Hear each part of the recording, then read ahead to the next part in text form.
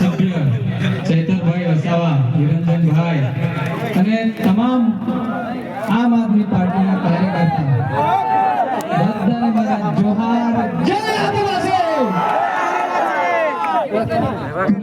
ભાજપ વાળાને હું એક જ વાત કહેવા માંગુ છું, तुमको क्या लगता था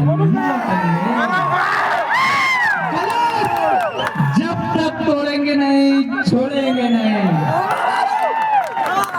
भारतीय जनता पार्टीना गुलामो તમને હું અહીંથી કહું છું, આજે મને જેલમાં નાખ્યો, કસ્ટડીની અંદર સાહેબ હું હતો ત્યારે એક ભાજપના એક કાર્યકર્તાએ, એક ભાજપના મળતિયાએ આવીને મને કીધું કે તારી વ્યવસ્થા જેલની અંદર ટિફિનની વ્યવસ્થા કરી દેવામાં આવેલી છે, 6 મહિના તો તારે 100% રહેવાનું છે, એટલે ચિંતા ના કરતો। આવી મને ભાજપ વાળાએ આવીને કીધું ત્યારે મેં એમને કીધું કે ભાઈ મને જેલના રોટલા ખાવા માટે મોકલવામાં આવે છે તો હું જેલના રોટલા ખાઈશ, તમારા નહીં। આજે જુવાન, આજે એક જાગૃત યુવાન, આજે એક જાગૃત યુવાન હોસ્પિટલની વાત કરે છે, પાણીની વાત કરે છે, તો શું તમારે કોઈ પણ વ્યક્તિને જેલમાં નાખી દેવાનો? આવું વિચારવાનું? થોડુંક તો ભગવાનથી દીવો મારા ભાઈ, પાર્ટીના ગુલામ ના થઈશો। આજે એક સીધો સાદો વ્યક્તિ, કોઈ પાર્ટીનો વ્યક્તિ નતો, અને આજે મને પાર્ટીમાં જવા માટે મજબૂર કરી નાખ્યો। અને ચૈતરભાઈ વસાવાને 2023 ની અંદર જે પાઘડી મેં પહેરાવી હતી ત્યારથી ચૈતરભાઈ વસાવાની વિચારધારે જોઈન્ટ હતો, પણ આજે આ મંચ ઉપરથી આજે વિધિવત હું આમ આદમી પાર્ટીમાં જોઈન્ટ થયો છું।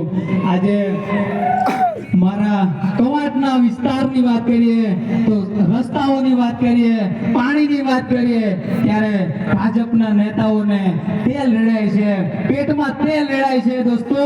એટલે આ યુવાન જાગે, જાગે, એને જેલમાં પૂરી દો, નહીં તો ગમે તે રીતે એને હેરાન કરી દો।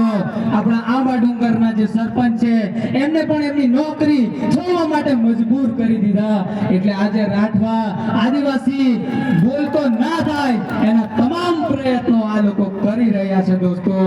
પણ કઈ વાંધો નહીં, આજે આમ આદમી પાર્ટીના વિચારધારા સાથે જોડાયેલા છે ચૈતરભાઈ વસાવા, ડેડિયાપાડાની અંદર ચૈતરભાઈ વસાવા વાળી કરી, ગોપાલભાઈ ઇટાલિયાએ વિસાવદર વાળી કરી, આપણે કવાંટ વાળી કરવાની છે।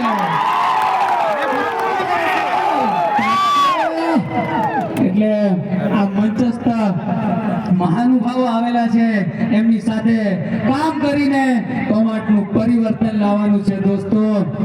વધારે ના કહેતા, કારણ કે બોલવાની પાબંદી બી મારી પર મૂકી દીધેલી છે। અહીંયા ઘણા બધા લોકો અહીંયા ચાપતી નજર લઈને બેઠા છે, પણ દોસ્તો ગભરાવાની જરૂર નથી।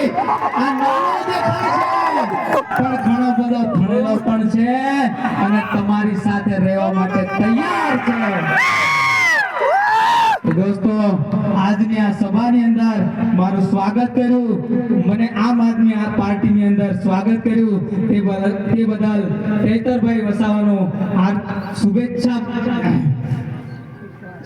પાઠવું છું, અને હું દિલથી આભારી છું કે જેઓ આમ આદમી પાર્ટીની અંદર મને લીધો, અને આવતા સમયની અંદર આમ આદમી પાર્ટીની વિચારધારા સાથે કામ કરીશ।